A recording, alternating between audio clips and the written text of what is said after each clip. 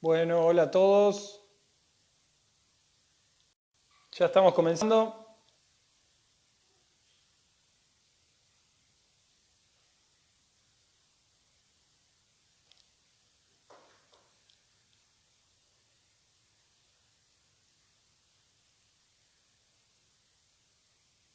Eh,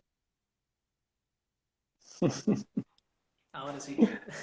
Hola Gaby. Hola Javi, ¿cómo Ahora andás? sí. Vos sabés que lo vi ahí que decía Javi, digo, ¿estará bien? ¿Se habrá equivocado? Bueno, Me gracias pasa. Sofa por el detalle. Nico Eh, Fabro. Muy bien, Nico. Hola Nico. Bueno, ahí estamos. Ahí estamos comenzando. Ahora sí, vamos a esperar que se Ahora sí. sume la gente. Tuvimos una Inconvenientes situación, tecnológicos. Nico Javid. inconvenientes tecnológicos. ¿Qué hace Nico? Eh, Entré desde mi Instagram personal en lugar desde el de Well y habíamos empezado a hablar y bueno, y acá estamos ahora sí más ordenados desde el Instagram de Well. Así que bueno. Epa. Hola ¿Cómo está Manu Manu, Laza? grande Manu. Bueno, ahora sí, vamos a dar comienzo a esta capacitación, a esta conversación que vamos a tener con Gaby, con Gabriela Actisdana, licenciado en Educación Física, que tenemos el gusto y el privilegio de tener eh, en esta primera charla del segundo ciclo eh, de capacitaciones de WEL. ¿eh?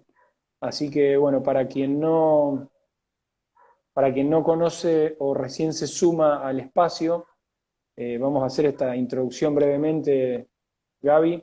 Sí. Contarles que Welt es un espacio que tiene como objetivo fundamental llevar contenidos educativos gratuitos eh, a estudiantes y docentes y a todo aquel que tenga un interés real por la educación.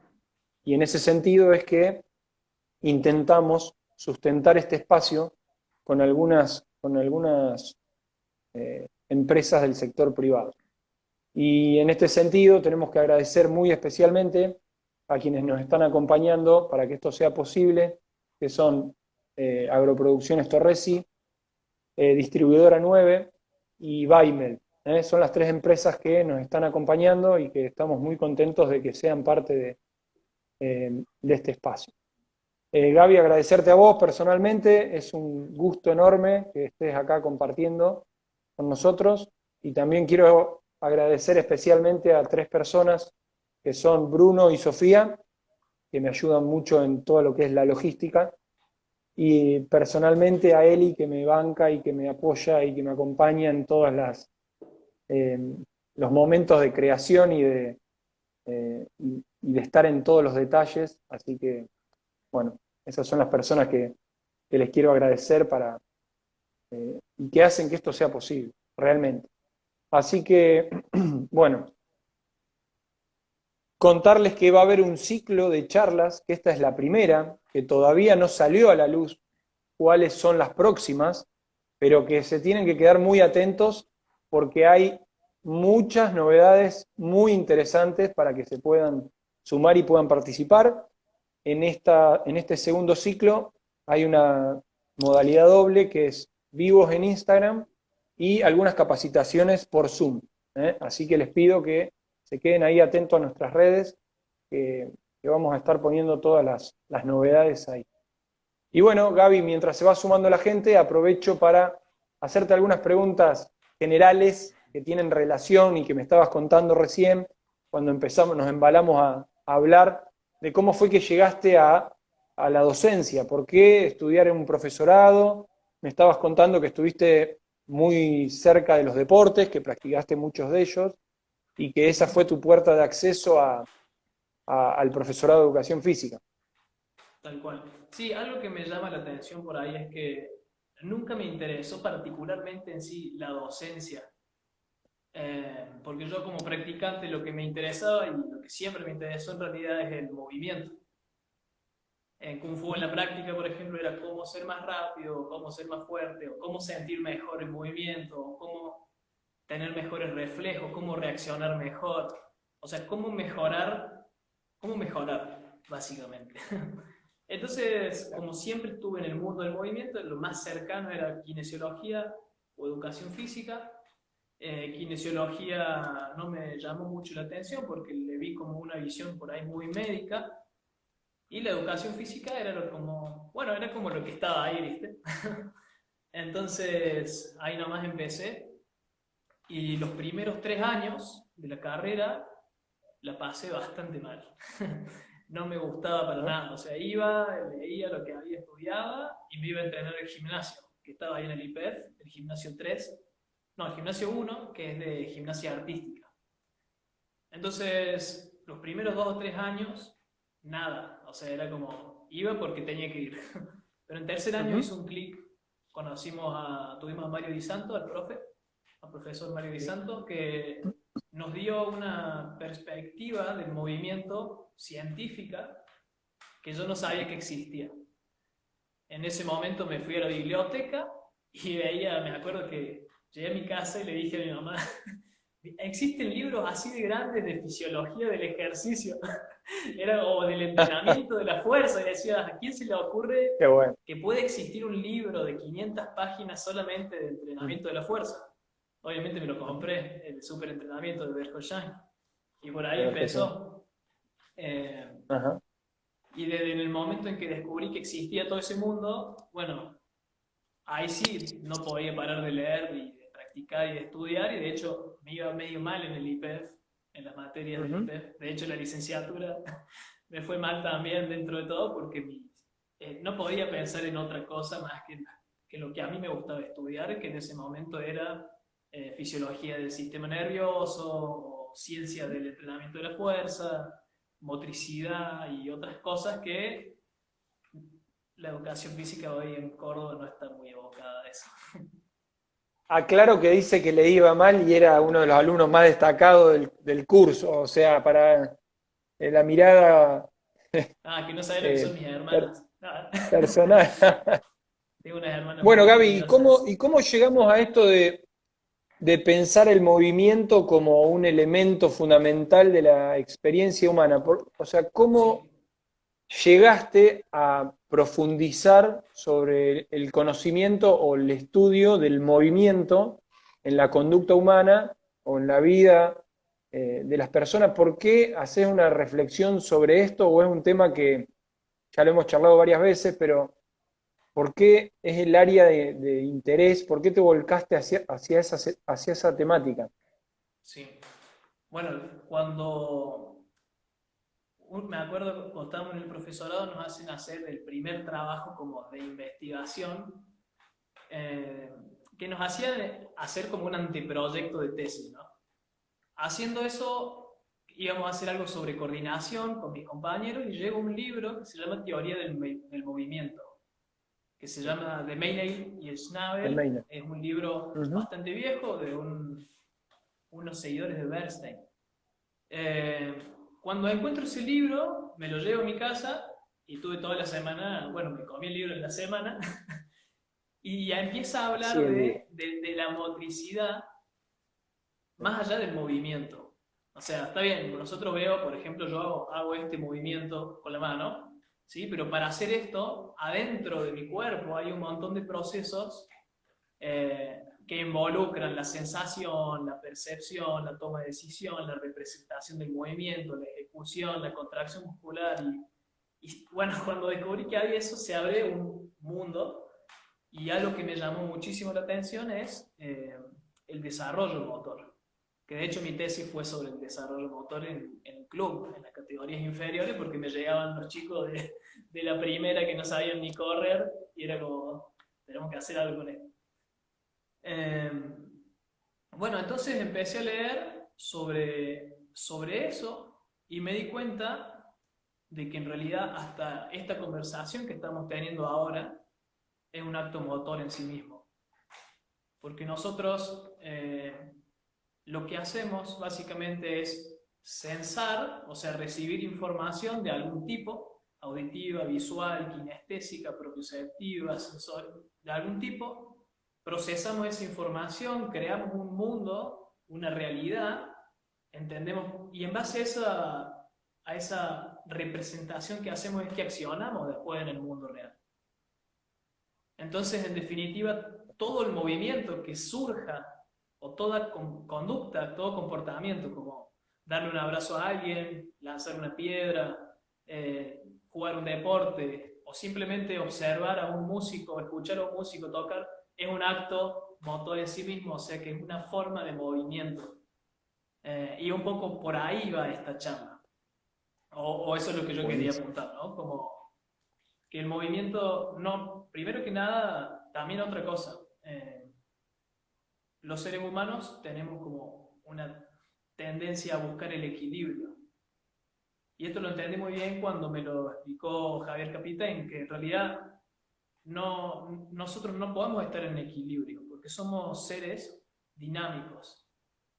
Imagínate que el desequilibrio nace de una necesidad. Por ejemplo, necesito oxígeno, entonces respiro. Cuando respiro, entro en equilibrio, pero después tengo que exhalar el dióxido de carbono porque si no empiezo a generar un desequilibrio. Entonces, el movimiento es este balance permanente entre una búsqueda de un equilibrio que se pierde y se recupera permanentemente. Entonces, ese es otro de los elementos que vos decís, bueno, el ser humano no puede no moverse. No podemos no estar en movimiento.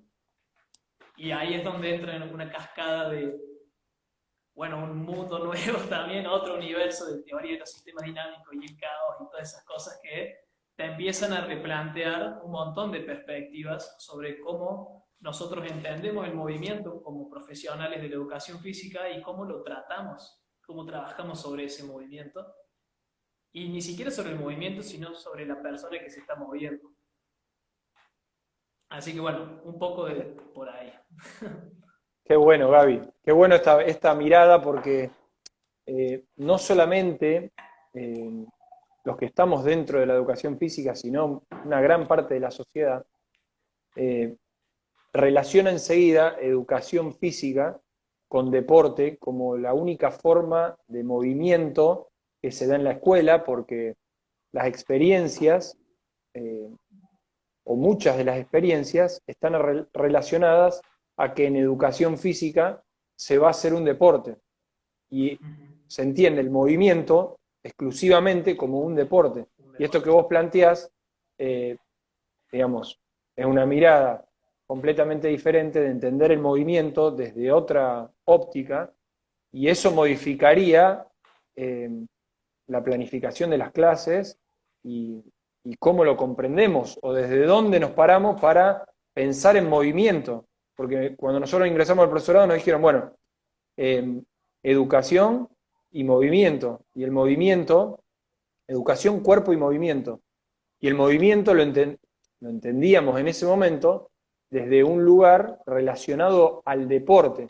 Y vos ahora estás haciendo una reflexión parándote desde otro lugar. ¿Qué se nos abre a partir de este nuevo paradigma? ¿O cómo podemos empezar a pensar o abrir el panorama en relación a esto? Bueno, como yo lo vengo pensando, en primero haría falta describir un poco cómo lo vemos hoy, al cuerpo en movimiento. ¿Sí? Entonces, a grandes rasgos está la visión popular de la gente del cuerpo desde la lógica de la estética. El cuerpo que es lindo y el cuerpo que es feo, más o menos. Ahora, fíjate qué tan instalado está ese concepto de que juzgamos a las personas por la belleza del cuerpo y juzgamos la belleza por lo que sepa, por el nivel de parentesco que tiene con las fotos que vemos en una revista o con las personas que vemos en una pantalla. Y algo interesante es que en realidad, generalmente, las revistas o las pantallas no muestran personas moviéndose, no muestran un contexto de movimiento, y el cuerpo está hecho para moverse, muestran figuras, muestran posturas, hasta en el físico-culturismo se compite por quién hace la mejor postura.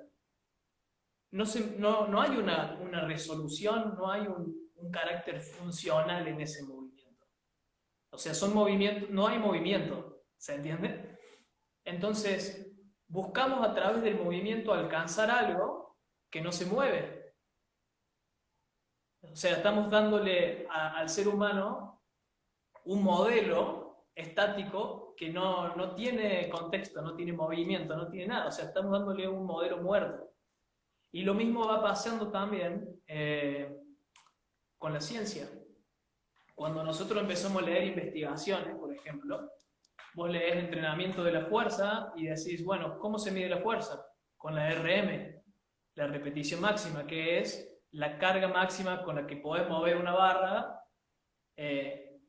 lo más pesado posible o a la velocidad con la que podés mover una barra.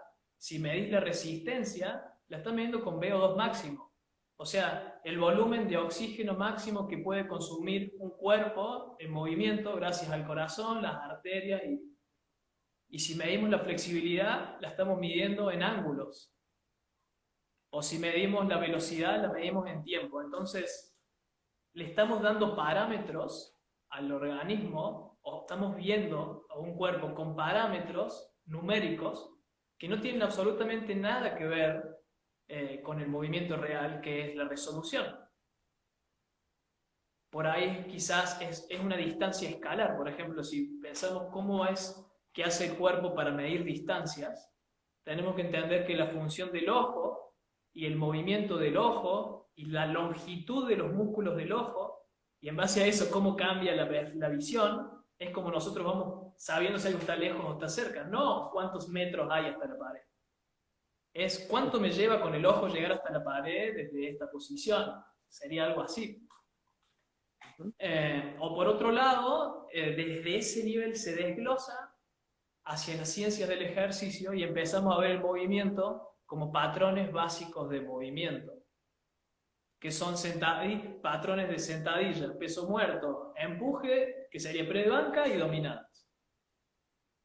Y está todo bien con esos ejercicios, son geniales, ¿sí? Para desarrollar la musculatura, para liberar hormonas, regular el balance energético, todo lo que quieras, pero también están completamente descontextualizados y fragmentados. Fragmentamos el cuerpo en empuje o tracción, cuando en realidad la mayoría de los gestos combinan empujes y tracciones de piernas y de brazos al mismo tiempo. La misma marcha es un conjunto de movimientos complejos.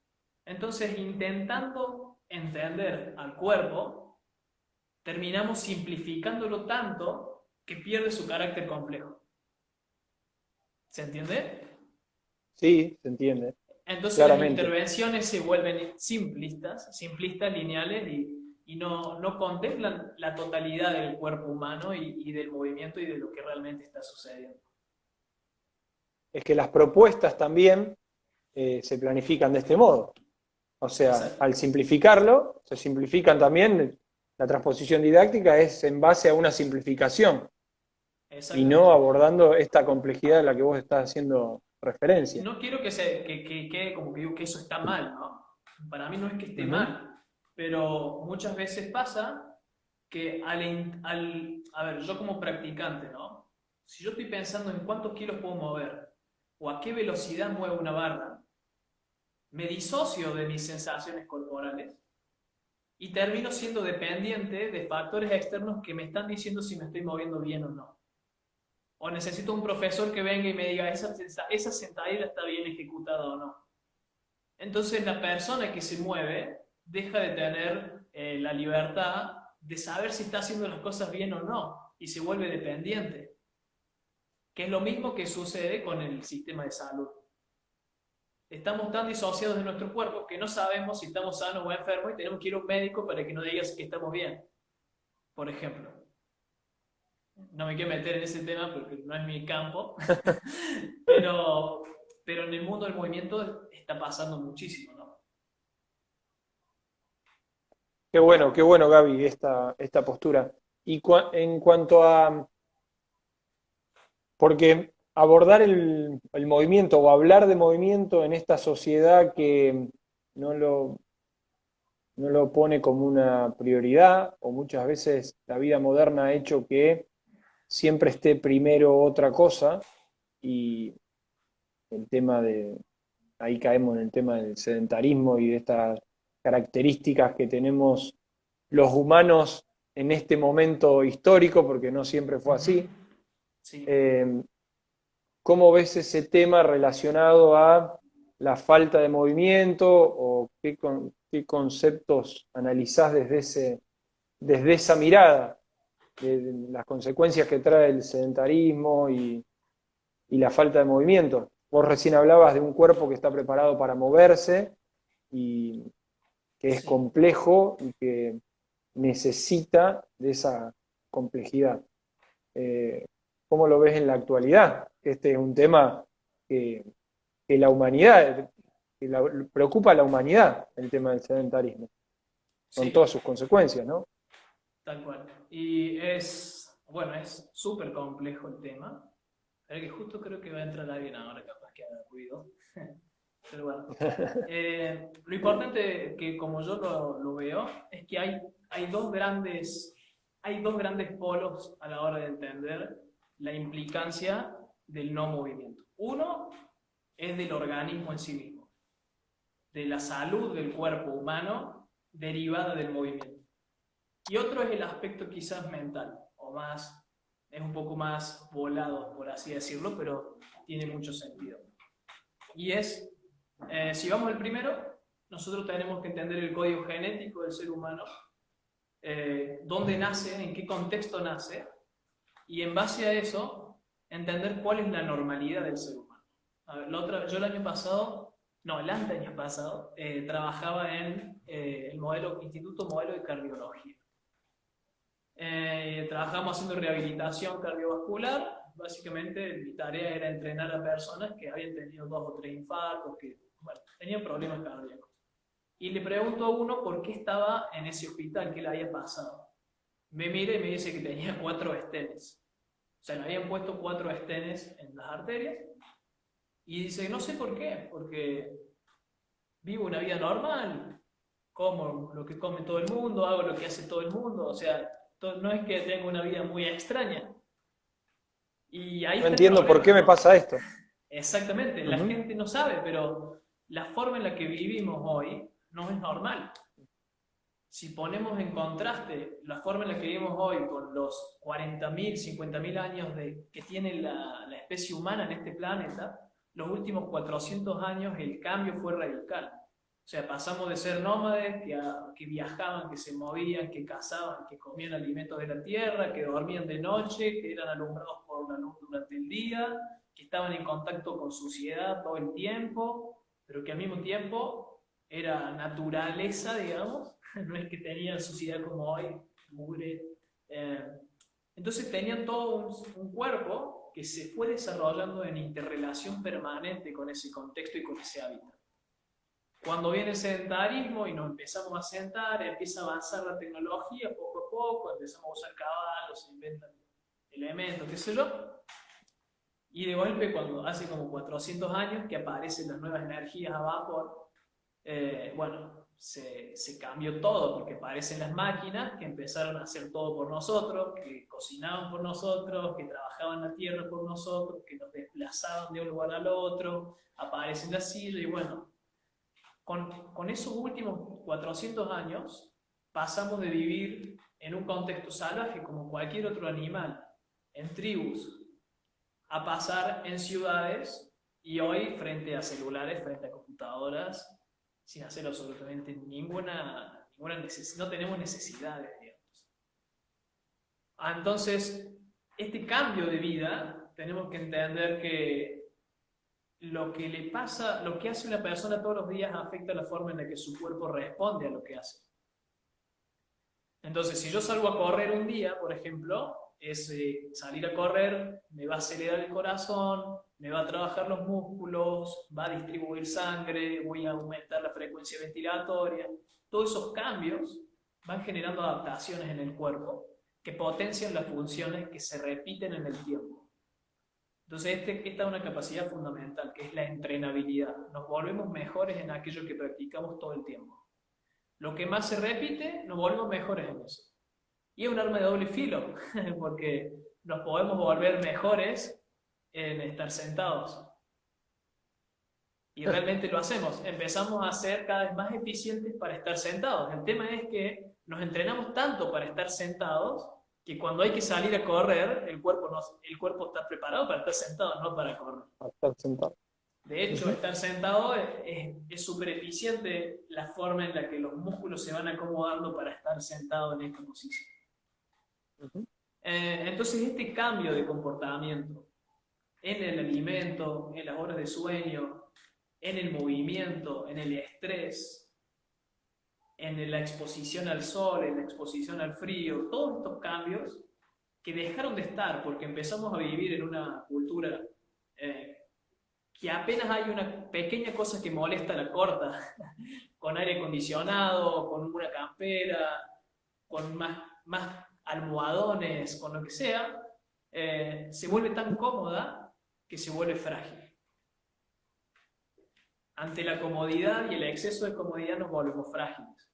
Y esa fragilidad hace que los órganos se vuelvan frágiles. Y ese es un gran problema cuando los órganos se vuelven frágiles, como por ejemplo si el corazón está frágil. Porque el corazón es el órgano más importante para la supervivencia, porque es el que bombea y envía sangre a todo el cuerpo. Si el corazón se para, la persona se muere. No puedes tener frágil el corazón que te sostiene con vida, el órgano que te sostiene con vida. Entonces va un poco por ahí, por un lado, ¿no? Como el no movimiento, o el movimiento en realidad, principalmente a altas intensidades, o en todo este abanico de posibles intensidades, es el resultado de la conexión e integración de todas las partes del cuerpo humano. Los pies, las rodillas, los músculos, los huesos, las articulaciones, los órganos internos, el sistema nervioso, todo el sistema digestivo, todos los órganos del cuerpo se comunican entre sí para liberar energía y utilizarla para producir movimiento. Entonces es como el movimiento funciona como un calibrado, una calibración del cuerpo, como que afina el cuerpo. Cuando no está, el corazón no sabe cómo relacionarse con los músculos, los pulmones no saben cuándo respirar, cuándo no, el cerebro se vuelve lento y aparecen todo un montón de problemas que hoy se convierten en enfermedades que se llaman enfermedades del estilo de vida. Y bueno, que no solo que la principal causa de muerte es una de ellas, ¿sí? Que son las enfermedades cardíacas, sino que hay otras que también afectan muchísimo la calidad de vida. El dolor de espalda baja, por ejemplo, ni hablar del Alzheimer o problemas de demencia senil y todas esas cosas que está súper estudiado cómo el ejercicio físico regular las previene. Entonces, bueno, va un poco por ahí, ¿no? Sí. Buenísimo todo el análisis, y yo pienso en el contexto que tenemos creado, que no colabora ni un poquito en que aumentemos esta capacidad de estar incómodo en algún momento, Sí. porque todo tiende siempre al confort y se asocia mayor confort a mayor calidad de vida. Y fíjate que es por el contrario. Sí, Con esta mirada. es un punto, viste, complicado, pero Sí, sí es es un punto importante complejo entender porque, cómo... Te escucho. no, esta tendencia de que siempre eh, la- los medios de comunicación, la sociedad te está vendiendo todo el tiempo que cuanto más cómodo estés, más feliz vas a ser. Y no salir de esa zona, porque obviamente que acá hay un montón de intereses relacionados a la industria y también relacionado a esto que vos decías del cuerpo, el cuerpo que nos venden y que los analizamos entre cuerpos, el cuerpo que es lindo y el que no, en relación a un estereotipo que favorece también toda una industria alrededor de eso para vender un montón de aspectos relacionados al cuidado del cuerpo y a la no aceptación de ese cuerpo. Bueno, hace que eh, el contexto no colabore o no incite muchas veces a movernos. Y bueno, lo veo como como una preocupación realmente, porque eh, este estilo de vida moderno nos ha, nos ha dado un montón de cosas por un lado, pero realmente una gran preocupación la falta de movimiento y Sí. todo este análisis que vos estás poniendo sobre la mesa. Así que bueno, Y en está relación a eso, Javi, hay muy una bien el frase análisis. que dice el ejercicio físico es opcional. El ejercicio es opcional, pero el movimiento es esencial. Y la realidad es esa, es que, a ver, vos podés hacer ejercicio o no, pero te va a tener que atar las zapatillas toda tu vida. Te va a tener que levantar del piso toda tu vida. Va a tener que salir de la cama toda la vida. O vas a tener que levantar cosas. Eh, hay movimientos simples, ¿sí? Levantarse de una silla o levantarse del piso, que hay gente que ya no lo puede hacer. Y no es que también está esta tendencia, no, ya estoy viejo, o es la vejez. Y en realidad no tiene absolutamente nada que ver con la vejez, tiene que ver con que dejamos de hacer los movimientos que crearon el cuerpo que hoy tenemos. Cuando uno estudia sobre el desarrollo motor, te vas dando cuenta cuánto tiempo pasa el bebé gateando hasta que aprende a caminar, cuánto pasa caminando hasta que aprende a saltar o a correr, a lanzar, a caerse al piso, cuántas veces se cae antes de aprender a caminar. De hecho, aprendemos a caernos a caernos primero y a caminar después. Ahora, es como que la gente ya tiene sillas, tiene camas, ya no va más al piso. ¿Cuánto fue la última vez que te acostaste en el piso, por ejemplo, no? Hay gente que no se acuesta en el piso hace capaz 2 años.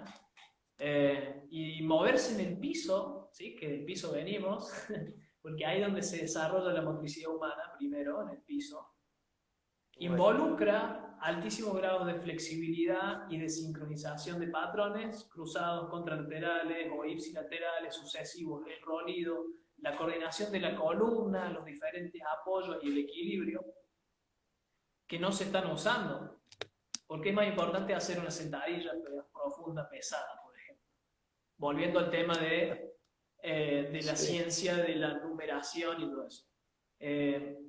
Es más importante tu nivel de VO2 máximo que cómo te podés caer al piso. Después tenés 90 años y te caes al piso y te quebraste y no te levantas nunca más.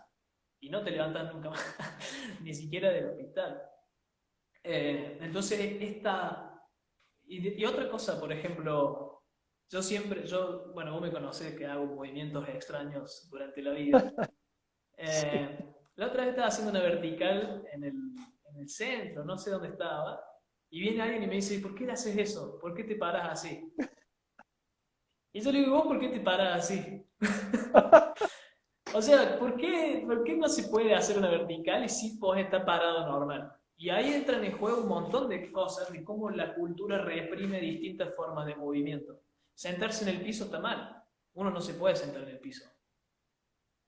Porque no Levantate podés del sentarte en piso. el piso. Claro, Levantate del te vas a piso. manchar los pantalones. Te vas. Sí. Entonces, aparece también la cultura que no solo estipula un modelo de forma del cuerpo o un modelo de salud del cuerpo, sino un modelo técnico, que ni siquiera es técnico.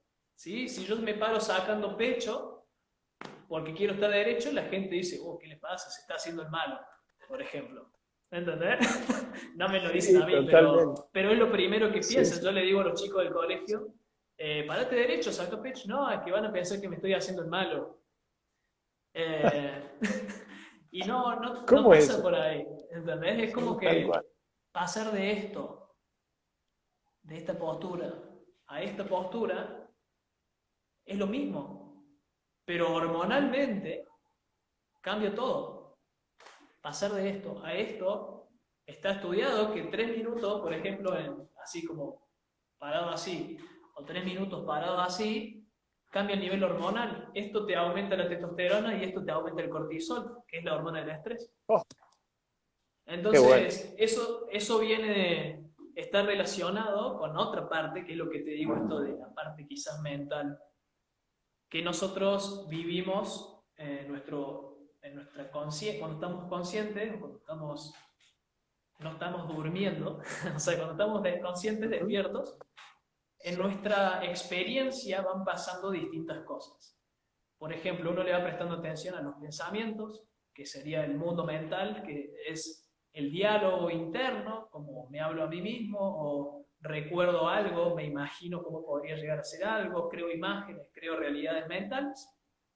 Después están las sensaciones, siento que me pica el hombro, me duele la rodilla, me molesta la silla, sensaciones. Y después están las emociones, me siento triste o no, estoy re emocionado o tengo ganas de pelear con alguien. Todo eso, todo ese mundo, esas tres cosas están todo el tiempo jugando juntas. Entonces veo por una sensación a alguien que me hace enojar o veo a alguien y me acuerdo, me viene un pensamiento de esa persona que me hace acordar a alguien que me hace enojar y mi cuerpo empieza a bombear hormonas para estar más enojado Ajá. y eso me hace sentir algo nuevo y esos tres elementos se manifiestan en la forma en la que te mueves. Se manifiestan en el tono de voz, se manifiestan en el nivel de tensión muscular, en la velocidad en la que estás hablando, en la velocidad en la que se mueve el cuerpo, en la frecuencia cardíaca, en el nivel de, en todo, en el equilibrio.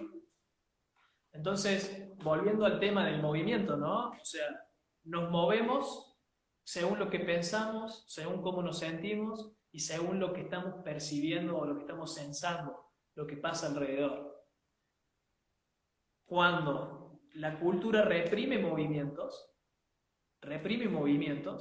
está bloqueando una parte del mundo que no me deja percibir, que no puedo saber que existe.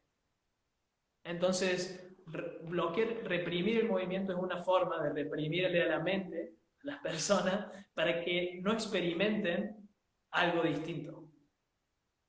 ¿Se entiende? Sí, se entiende, se entiende. Y en la propuesta, ¿cómo ves bueno, un poco lo estuviste explicando, pero la, estaría bueno reflexionar sobre cómo pensamos propuestas no estereotipadas para que no sea, para que no haya un modelo el cual seguir. Por ejemplo, tenés que moverte de este modo. Y una gran parte de la clase se pasa eh, viendo cómo hacer o corrigiendo cómo podemos hacer para movernos de este modo, exclusivamente. Y a lo mejor pensar o abrir el abanico a posibilidades nuevas de movimiento o libres de movimiento para que cada uno pueda adecuar todo esto que vos estuviste explicando a sus posibilidades, a sus intereses, sus emociones, a cómo está, a cómo se quiere mover, que prácticamente no, ni siquiera las analizamos al momento de planificar la clase o de pensar la clase. Entonces esta mirada, esta nueva mirada del movimiento, hace que consideremos otra forma de pensar la clase, porque si bien el deporte ha dado muchísimo al movimiento, eh, también lo ha acotado y lo ha estructurado y lo ha estereotipado y, y ha anulado otras manifestaciones del movimiento. No sé si lo ves así. Tal cual.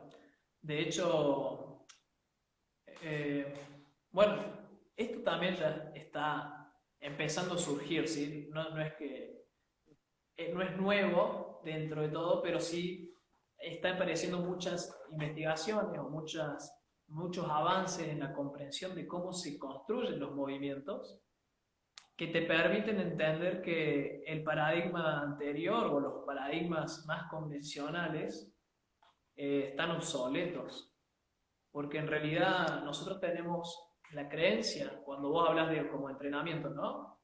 De que si yo Sí. practico una sentadilla, voy a hacer una sentadilla después para saltar. O que si yo practico un movimiento, un gesto técnico, practicando la técnica, yo voy a después ejecutar la técnica.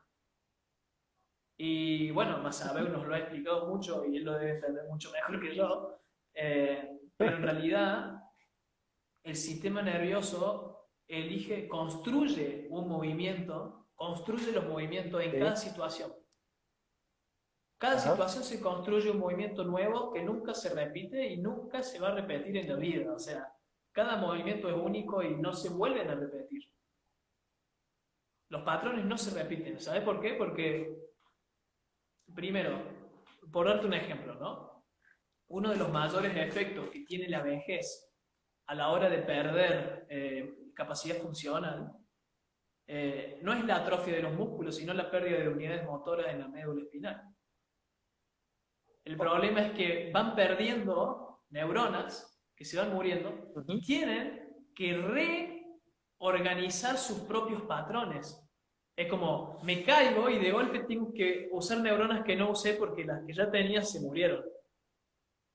Entonces, este calibrado que yo te digo del movimiento común calibrado, de aprender a percibir mi propio cuerpo y percibir mis grupos neuronales y mis unidades motoras y mis músculos para saber cómo usarlos eficientemente en cada situación. Y contextos que sean variados también, porque cada contexto no es lo mismo lanzar al aro a 10 metros que a 3 metros.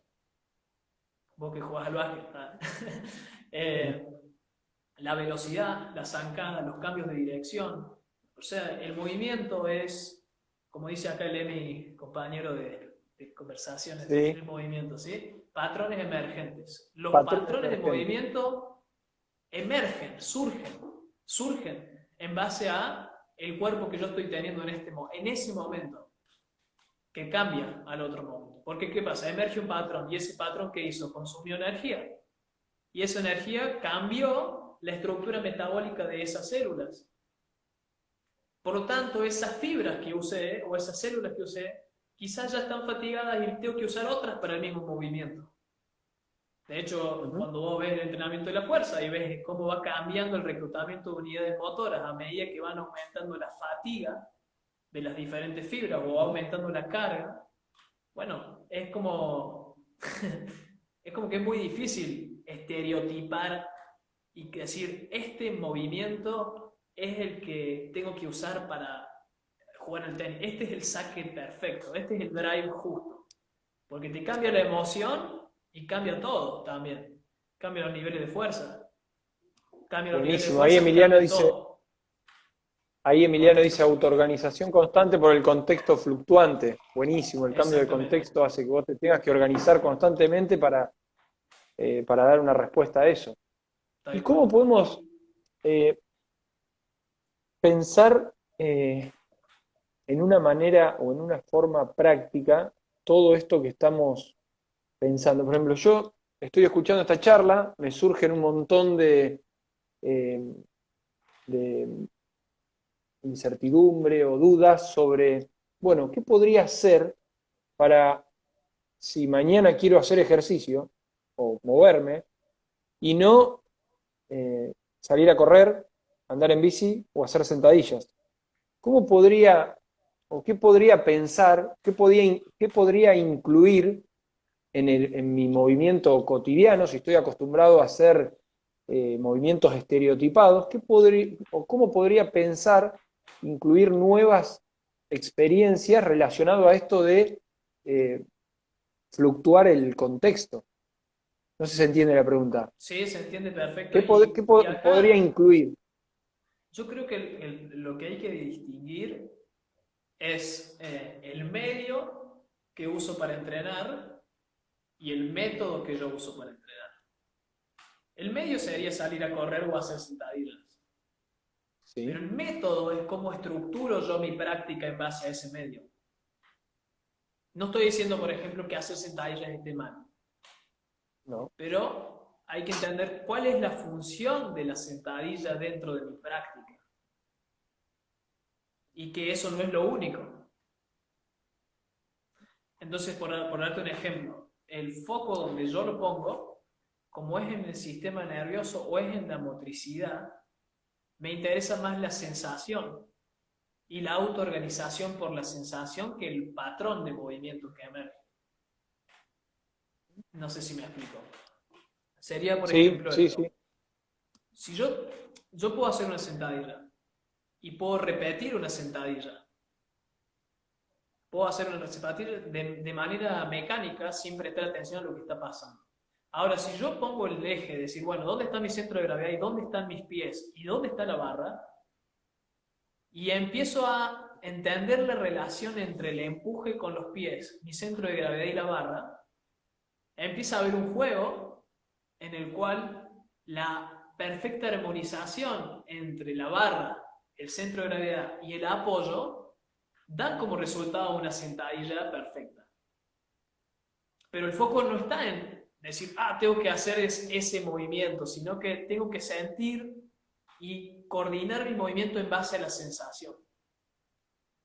La sentadilla sería una forma de armonizar el motor, el movimiento, con la propiocepción.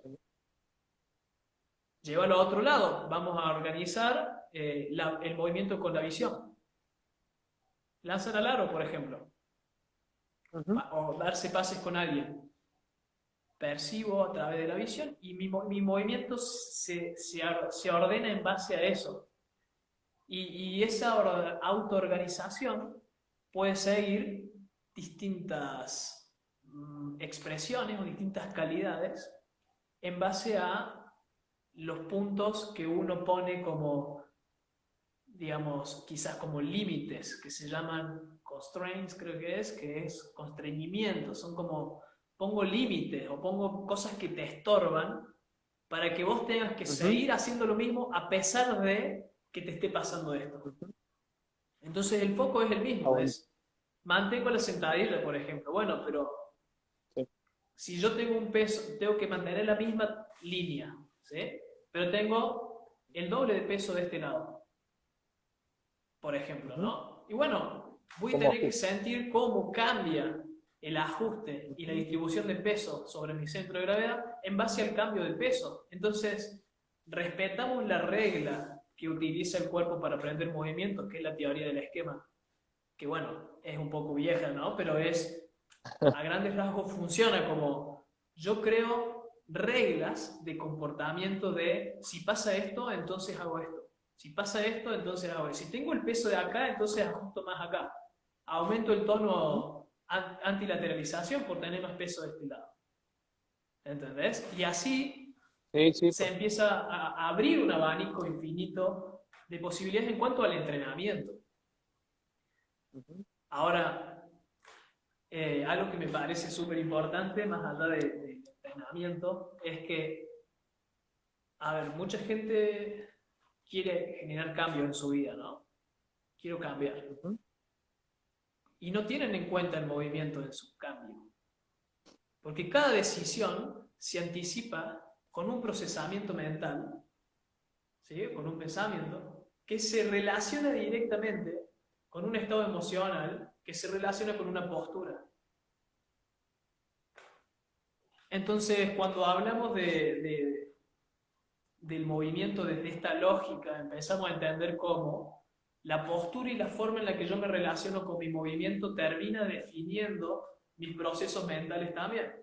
Por darte un ejemplo para que quede grabado, Javi, si yo te digo, por ejemplo, ¿de qué color era ¿de qué color es la bandera de México?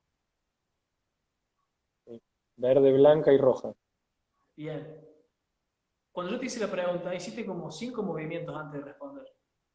Porque el procesamiento mental es movimiento también. De hecho, hasta hay algunas investigaciones que muestran cómo hay movimiento de ojos asociado directo a la forma de pensar. Entonces, algunos dicen que las imágenes se condicionan con movimiento hacia arriba, la audición hacia la izquierda y abajo. Entonces, la forma en la que yo me muevo, si está estereotipada, condiciona la forma en la que pienso también. ¿Me entendés? Está bárbaro. Sí, por supuesto. Y eso, bueno, te quiero preguntar esto. Sí. Estoy escuchando la charla, soy alguien de los que está escuchando esta conversación. Digo, che, me interesa este tema, quisiera leer algo, buscar algo. ¿Por dónde puedo empezar?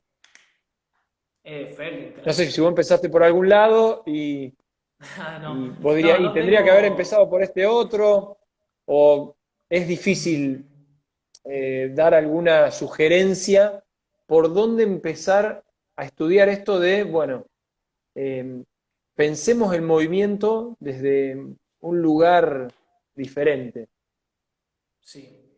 Y mira, hay muchas cosas que se pueden empezar. Primero que nada, entender el sistema nervioso, Ajá, fisiología del sistema nervioso.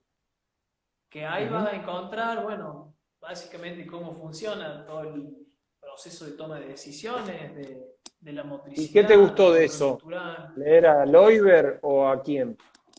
Y leí el Loiber, leí el Snell, leí el Sí, Guyton, todos son ajá, libros, sí, sí. son Sí, grandotes, el ¿no? Guyton Pero es así. bueno, Sí. El Loiber es bastante, Es, es está una bueno, lectura pero linda. es una lectura, yo lo leí en fotocopia porque no lo podía conseguir en libro, Sí, capaz que el libro está mejor.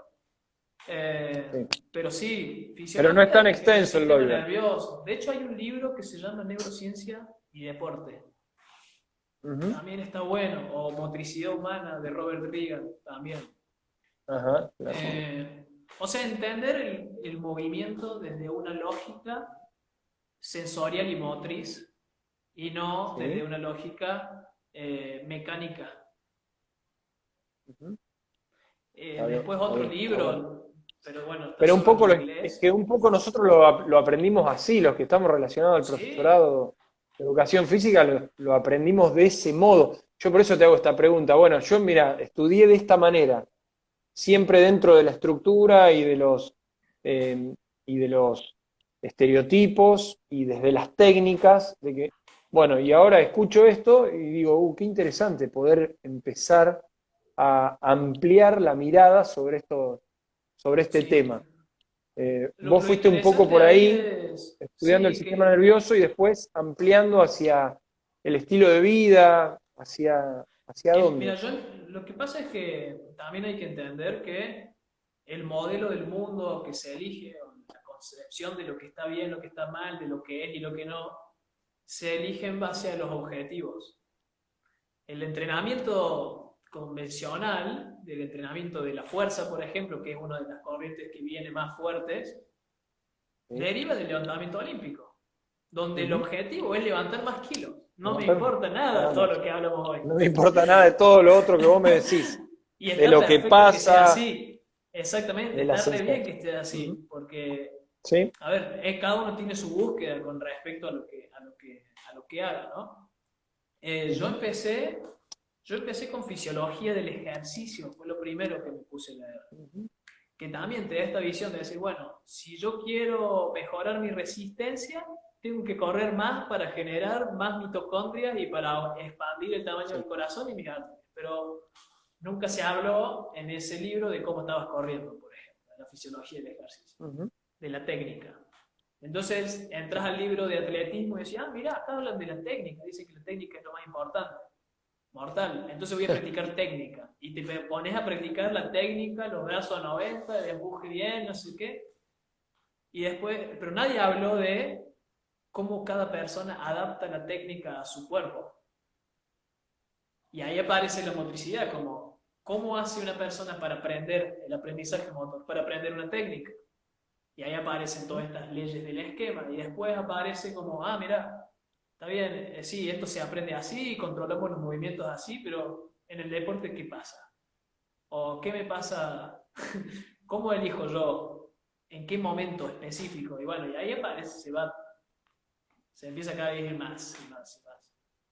Y por otro lado, bueno, eh, hay un libro que creo que te pasé una parte a vos, Javi, el de Frank Sí, Polizich, Exuberant sí, Animal, buenísimo. que no se consigue, Comentá hay que un poquito pedirlo de qué se trata ese libro, porque la verdad que es es un una pedazo maravilla. ese libro.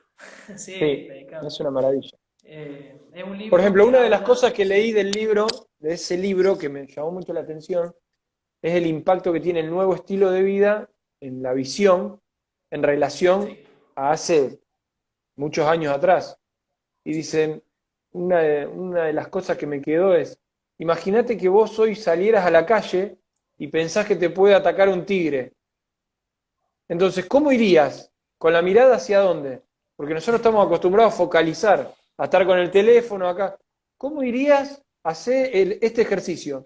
Salí a caminar 3 cuadras al supermercado y andá pensando como si pudiese aparecer una amenaza. ¿Cómo irías? ¿Qué harían tus ¿Cómo ojos? irías? Es un Sí, cambio ¿a qué le radical. prestarías? ¿Sí? Cambia ¿A muchísimo. qué le prestarías Y atención? de hecho, una de las cosas que plantea mucho es, o sea, nosotros estamos viviendo en esta descontextualización del ser humano, que salimos de África y ahora vivimos en una ciudad, eh, Ujú, la visión periférica, que se ha perdido muchísima la visión periférica. De hecho, creo que hay investigaciones que muestran, y la miopía, por ejemplo, en las personas por usar tanto en China, creo que es que, si vos te pones a pensar, ¿cuándo usás la visión periférica en una ciudad? Casi nunca, ¿por qué? Porque vos vas caminando por una calle y tenés una pila de edificios por acá, una pila de edificios por allá, una pila de edificios al fondo. O sea, nunca la usás. Y esta función de entrenabilidad también está a la inversa, que es aquello que no se usa se pierde. Lo que no se usa se pierde. Si yo no uso la visión periférica, no estoy dilatando, ¿sí?, el cristalino, en realidad al revés. El cristalino se contrae cuando hago foco cerca y se dilata, se relaja cuando miro lejos. Se mantiene tenso el cristalino del ojo. Se mantiene tenso, se mantiene tenso, se mantiene tenso, se mantiene y tenso. bueno, estos Y aparatitos ahora vinieron a complicar todo también. sí. Y bueno, Tremendo. La luz a la noche. en relación a eso también, la diferencia de lo que es el mundo contemporáneo en relación al mundo salvaje o el mundo en la selva. Si vos Ujú, ves, vos vas a caminar por el río, vas a ujú, ver, primero, el piso totalmente irregular, lleno de hojas, árboles, formas raras, distintos tipos de árboles, el río que nunca para de correr, el sonido de los pájaros que vuelan por todos lados, todos diferentes. O sea, salir naturaleza tiene una estimulación permanente de variabilidad visual, auditiva, olfativa, bueno, y si comes gustativa también, que la ciudad no tiene. Y, y ese es un problema porque nosotros organizamos nuestros procesos mentales en base a las percepciones. O sea, si yo te digo, por ejemplo, no sé, cualquier cosa, por ejemplo, cómo funciona una computadora, vos vas a empezar a crear una imagen de cómo es una computadora, o capaz que alguien te va a explicar o lo que sea, pero vas a usar tus recuerdos. Tus recuerdos los usas como materia prima para construir lo que construyas en tu mente. Y nosotros vivimos en un mundo que es lineal, que es cuadrado y que está todo en cajas. ¿Y cómo es nuestra ciencia? Es igual. ¿Sí? Entonces, sí. el mundo que estamos creando está moldeando también, justamente como te decía, la forma en la que entendemos la realidad. Por eso este autor plantea que es súper importante el contacto con la naturaleza, porque te abre la mente, digamos, te permite Totalmente. entender desde otro enfoque. Qué bueno, Gaby. Eh, bueno, un poco la intención de esta charla es, sin dudas, eh, traer nuevos aspectos y ponerlos a consideración. Y creo que pensar el movimiento en la experiencia humana y la importancia que tiene, bueno, es un punto de partida muy lindo y creo que todo este desarrollo que estuviste haciendo, eh, como mínimo, hace que eh, nos quedemos con la incertidumbre y las ganas de saber más. Que un poco, yo me acuerdo de una primera charla que fui cuando estaba en el primer año del profesorado, y un profe más grande me dijo, mirá, vos vení, porque todo todo lo que escuches te va a permitir que las dudas que se te generen te dé una incertidumbre y una necesidad de evacuar esas dudas que te va a hacer ir a buscarlas, a buscar dónde poder resolverlas.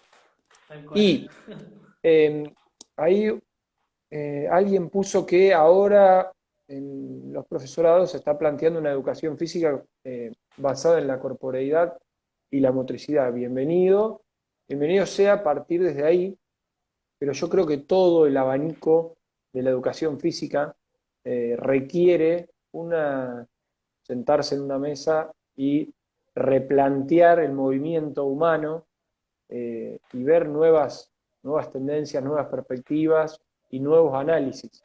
Y bueno, esto, por ejemplo, que vos proponés y que desarrollás, hace que pongamos en consideración cómo lo estamos viendo al movimiento, o por lo menos sumemos una mirada a la conversación. Tal cual. Y yo te agradezco por eso, porque la verdad que es Bueno, muchas gracias a súper vos. interesante, Gaby. De hecho, ahí Eh, hoy me dijiste como qué consejo quizás le daría a los estudiantes, sí, y aprovecho ya que sí. estamos, ¿no? Como Ujú, yo hoy estoy haciendo peso muerto, hoy estoy haciendo peso muerto al 60, 80% del RM, o sea, yo lo que estoy hablando no estoy negando nada, ujú.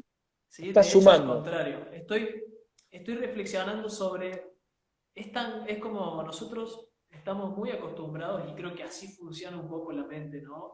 A crear dogmas, paradigmas y reglas que nos encasillan. Y está genial cuando te permitís sacarlo para ver qué hay más arriba, y sacarlo para ver qué hay más arriba y qué hay más arriba. totalmente. Eh, y la única forma de hacerlo es practicando. Por eso cuando dijiste hoy que Sí, había estudiado y que estaba estando analizando ujú, y todo eso, y sí, practicando mucho. De hecho, ahí es donde para mucho. mí está realmente el descubrimiento, cuando empezás a experimentar lo que dice otras personas. Por ejemplo, en este momento estoy practicando Qigong. Es un... que es y yoga también.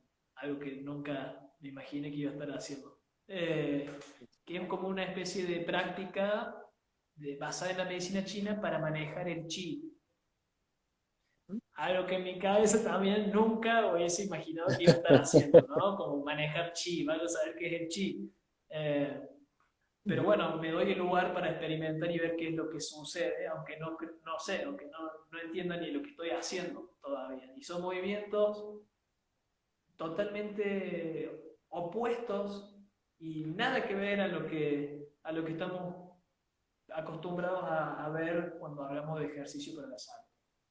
Así que eso, ¿no? Como practicar más, meterse en la tierra y ver qué pasa. Bárbaro. Bueno, Rascarse las salirse un poco rodillas. también salirse un poco también del pensamiento binario, esto que vos decís. Bueno, ¿es esto o es esto? Tal Ir cual. un escalón más arriba y experimentar, probar nuevas cosas, a ver cómo se siente, cómo podemos eh, salir de ese lugar que me da la comodidad de decir esto es así. Ujú. Salirse un poco de esa comodidad de creer que esta idea es una idea acabada que yo tengo del movimiento, y bueno, el movimiento es esto, está así. Sí. Me convence, me queda cómodo, si no me salgo de ahí tengo todas las certezas y listo, me quedo acá. Por ahí ampliar el juego, ir un escalón más arriba y permitirse experimentar nuevas formas y nuevas eh, ideas sobre el movimiento, está buenísimo, y yo creo que esta charla fue un disparador para comenzar en ese nuevo mundo. Así que Gaby, creo que queda mucho para Ojalá que hablar. sí. Si te parece, en algún otro momento más adelante, podemos hacer otro encuentro y seguir eh, avanzando sobre estas ideas que tuvimos el lujo de que nos compartas. Dale, sí, me encantaría, Javi. Yo no Bueno, estoy trabajando también, así que sí, por me vino de supuesto. Es lujo que para poder darle un poco más de forma, ¿viste? Y expresarla mejor, porque ujú, pasa mucho por sí, mi cabeza y a veces es como esto mismo, ¿no? Como si vos necesitas saber que algo funciona o no, tenés que experimentarlo. Entonces, para la gente que no lo experimentó, es difícil dar las explicaciones. Entonces, yo a través de mi experiencia practico lo que puedo para encontrar, decir, bueno, esto sé que funciona, esta cosita así, o este es un principio, ¿me entendés? Y después de ahí, con mis alumnos, en el colegio, en el gimnasio o en el salón de clases, los vamos trabajando y voy aprendiendo más de ellos que ellos de mí, así que está buenísimo. Buenísimo. Gaby, una cosa más que quiero resaltar es que está bueno también eh, incorporar esto de que el conocimiento se construye y se comparte y se crea entre pares y venimos muy acostumbrados a un sistema educativo donde el que está al frente es el que sabe y los demás tienen que escuchar. Y este no se puede equivocar y estos tienen que aceptar todo lo que dice. Si bien estamos avanzados en ese sentido, eh, todavía quedan un montón de resabios de esa situación que durante años fue así. Y yo creo que esta charla también es una manifestación de que nos tenemos que juntar para construir el conocimiento y conversarlo, analizarlo, pensarlo, compartirlo y no pararse en un lugar de esto es de este modo y no puedo salir de ahí. Fíjate que vos estás diciendo, bueno, yo estoy construyendo y estoy analizando y estoy practicando y estoy eh, incorporando más ideas y estuve leyendo sobre esto. Y creo que esa es la manera en que tenemos que pensar la educación, la educación. Te voy a Sí. dejar una pregunta y antes me gustaría que los que están presentes pongan en el chat a ver de dónde estuvieron, desde qué lugar del país estuvieron compartiendo la charla. Así que dejo abierto ese espacio y te quiero hacer esta pregunta. Si tuvieses que pensar, por ejemplo, hoy la educación física tiene eh, en el ámbito formal un par de veces a la semana y evidentemente eh, la humanidad necesita más del movimiento. Si vos tuvieses que pensar eh, cómo va a estar el mundo dentro de 10 o 20 años, ¿cómo pensarías que eh, la educación física eh, va a estar en las escuelas, clubes, en, en las ciudades? ¿Qué participación va a tener? ¿Más relevante, menos? Eh, ¿cómo lo ves a ese tema? Mm, ¿Cómo la pensás? Por ejemplo, yo te doy una sensación mía. Para mí, dentro de un tiempo no muy prolongado, eh, el movimiento va a ser uno de los eh, ejes sobre los cuales se va a basar la educación.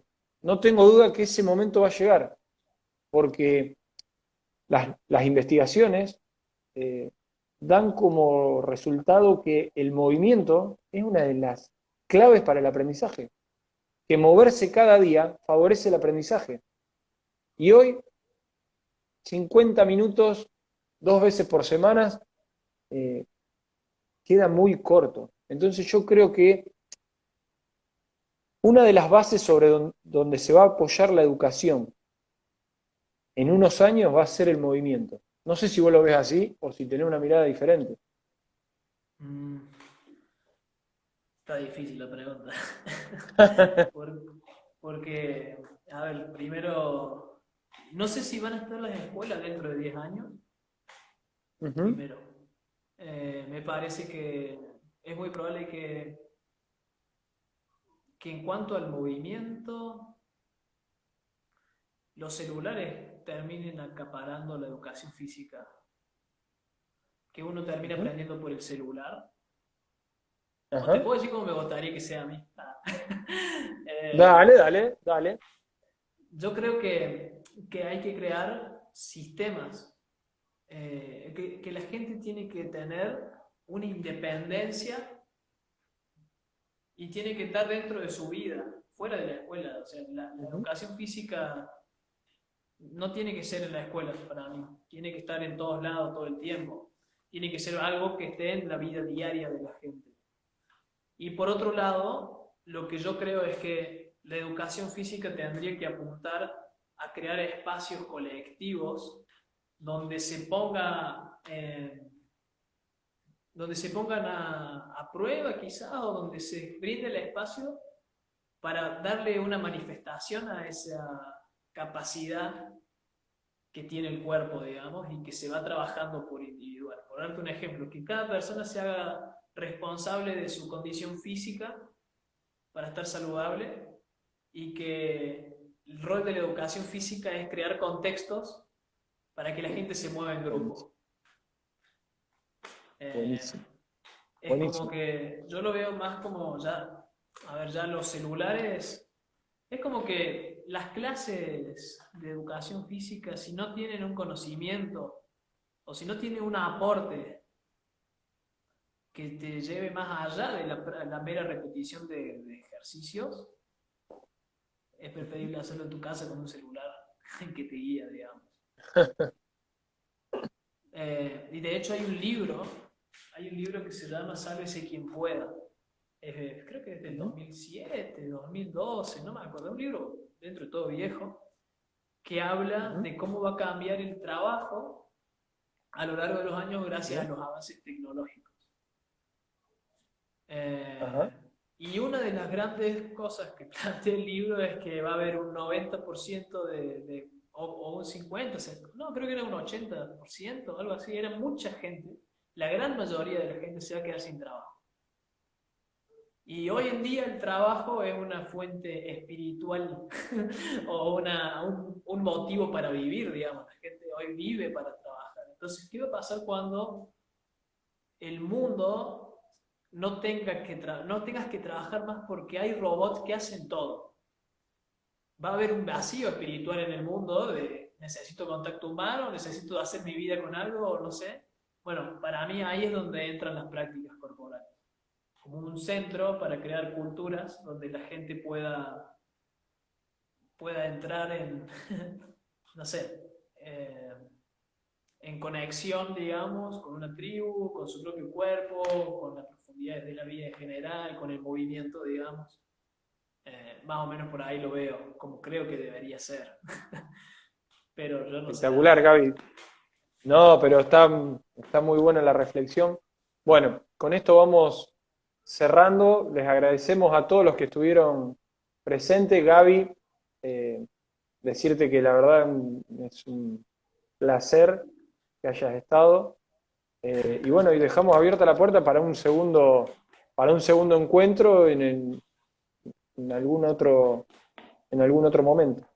Cuando Así quieras. que Yo gracias tengo a muchas todos cosas para por... charlar. Sí, por Así supuesto, y que, aparte es un gusto. Nosotros compartimos la licenciatura en Educación Física con Gaby en la Universidad Nacional de Villa María y la verdad que la hemos pasado muy bien y, y esta amistad que nos quedó nos permitió hoy brindar esta charla, este encuentro, esta capacitación para reflexionar sobre el movimiento tan importante en la experiencia humana. Y bueno, y la intención de Welt es generar espacios donde reflexionemos sobre la educación. Y la educación a través del movimiento es una educación que no podemos dejar de pensar como fundamental a la hora de pensar en el desarrollo humano. El movimiento ahí ocupa un lugar trascendental, porque somos, porque nos movemos. Así que, Gaby, súper agradecido, gracias a todos por estar y quédense muy atentos a las redes sociales de Welt, que va a haber muchas novedades en muy poquito tiempo. Así que gracias de nuevo a todos. Gaby. bueno, muchas gracias, Javi, por la invitación. Un placer. Estaba nervioso al principio. No, la verdad que estuvo muy lindo. Así que bueno, nuevamente gracias y nos vemos en la próxima. ¿Eh? Gracias. Un Gracias a todos abrazo. por estar ahí. Un abrazo, Gaby.